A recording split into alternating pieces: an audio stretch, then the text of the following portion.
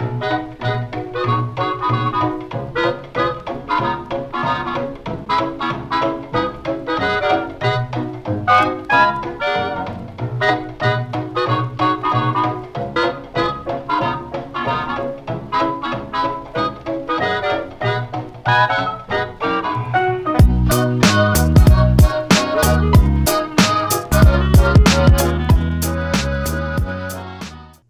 guys, welcome to the channel, and this is my, well, it was like a bonus build for my decade build series. It was highly requested that I make my idea of what I think future architecture might look like, and so this is what that is. I'm not sure what year this would be, but as you can see on the side there, I actually made a flying car. So I put a I put a plane inside of the car, and that was inspired partly by actual flying cars that are being prototyped right now, and I'll provide a link down below with the company that's actually developing it, and it's really cool.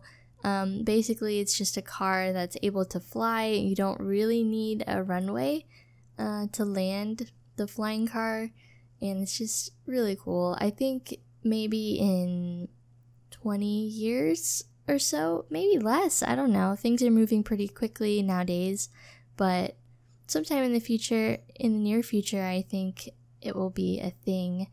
I don't think it'll be a thing for the average person, but that probably won't be for a good while.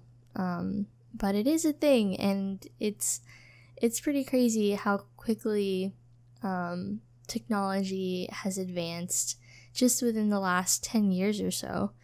And yeah, so basically this house, I was kind of imagining the future of architecture, I think, is in eco and sustainability, and making sure that architecture kind of fits within the landscape and the nature surrounding it. So I kind of wanted to do that in this build, kind of built the house within this crevice almost. So I imagine that this house is built in different levels of terrain, and it's just kind of built into maybe a big hill or a mountain or something like that. And yeah, that was kind of the idea of this house, and I wanted to approach it in a more realistic way. So I don't imagine that we're going to be in ridiculously super white and all chrome and whatever like in sci-fi. I think it'll be very similar to now, just better technology, more sustainable efforts, and I think a lot of architecture is still going to be very modern and lean heavily on previous generations for styling, because that's really what every generation does. I really wanted to use the new doors and windows from the fitness pack, but I felt like they just weren't really fitting with the build as a whole.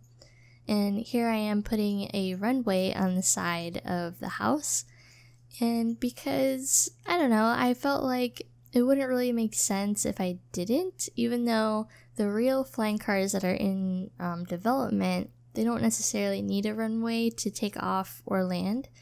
But I don't know, I just thought it was kind of funny to include. It was looking a little too boxy in the front, so I decided to add the slats, the vertical slats that came with City Living in front of the windows, just for added privacy.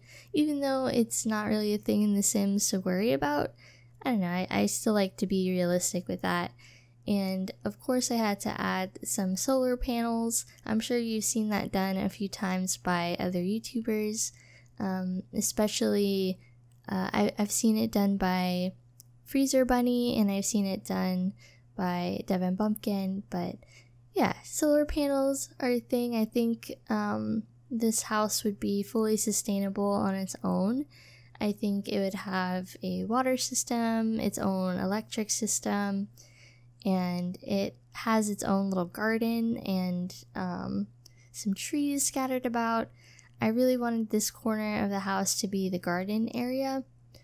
So I have some planter boxes and a wall full of green on that side. And then on the roof, I've seen, and you probably saw in the example pictures, a lot of the sustainable and eco-minded architecture has green roofs, which have foliage and things like that on the roof. So I wanted to include that. I also did that in my eco-industrial build, which was the last one that I did for the series.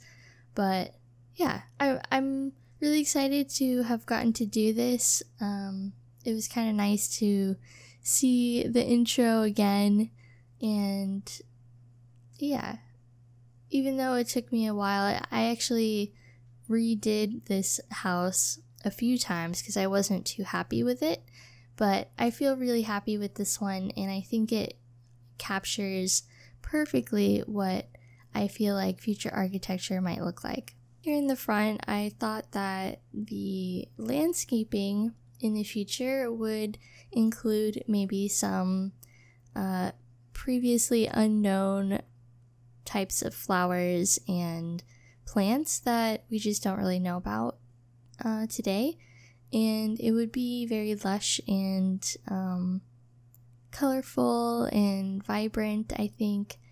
And for the inside, I wanted to include these, like, I don't know what they'd be called. They're one of the more expensive appliances.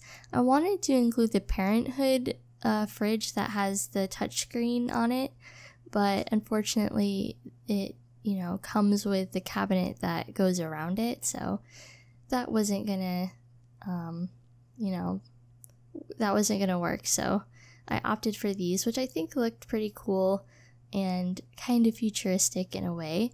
I wanted to keep the inside very clean and very minimal because I think minimalism will still be a thing in the future.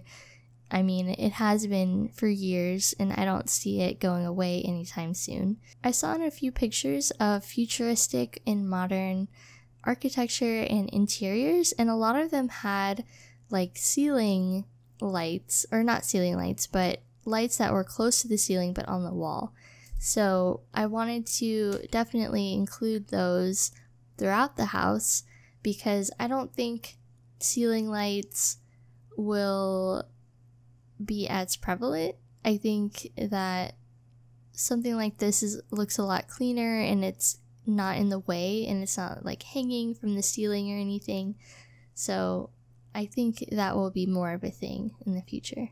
And of course we had to have the talking toilet that comes in The Sims because, I mean, there's already like fancy and super advanced toilets out there right now. But I included those all throughout the house. If there was a bathroom, there's actually a guest. There's a couple bathroom areas down below where the pool is because I have a gym down there as well and a shower. So, in case you have guests or just family over, they want to work out, they have a little area down there. This is either the kids' room or a guest room, and I couldn't exactly fit a double bed in here, so I opted for 2 single beds and just very simple furnishing in that room. So I thought that the actual downstairs living area was a little bland, so I did these zigzags because I feel like there would be a lot of kind of like outside in type of architecture where you can pull the glass. And I also did this in my eco-industrial build with the idea of the wall kind of folding in on itself. You can open it to the outside. So that was my idea for this as well. And on the left side of the living area, I'm sure you would have seen those 2 open areas. And the same idea for that, except the glass would slide and it would be on a rail. I put a fence, like the really thin, low liner fence that came with Get to Work. I put that next to each window to signify kind of like a railing that it's on. But yeah, so this is the living area, and on one side is the living area, and on this side is kind of like an office or a computer nook or whatever. I wanted to use the alien computer because I thought it looked really cool in this build, and of course a tablet, because maybe everything in the house is controlled by the tablet, which I think would be really cool. I think it's already a thing. Like, I think you can do that with some of the smart apps and programs that you can use to make the house a smart house. So I think that'll definitely continue and continue to advance in the future. So I wanted to include that to kind of represent that idea. I didn't want the house to be completely, stark white and black. So I wanted to make sure there was some color included here and there, because I think there will still be pops of color that kind of balance out the white and the black. And I've never really used a colored pool trim before, but I thought that was kind of cool. And of course I had to use the really fancy looking a bar that came with Get Together, I think, but it lights up really cool. Lights up the room all blue and glowy. So I thought that would be nice to include. This is the guest bathroom area and the shower on the side of the gym. The right room next to this is going to be the gym. Just some treadmills and a weight machine.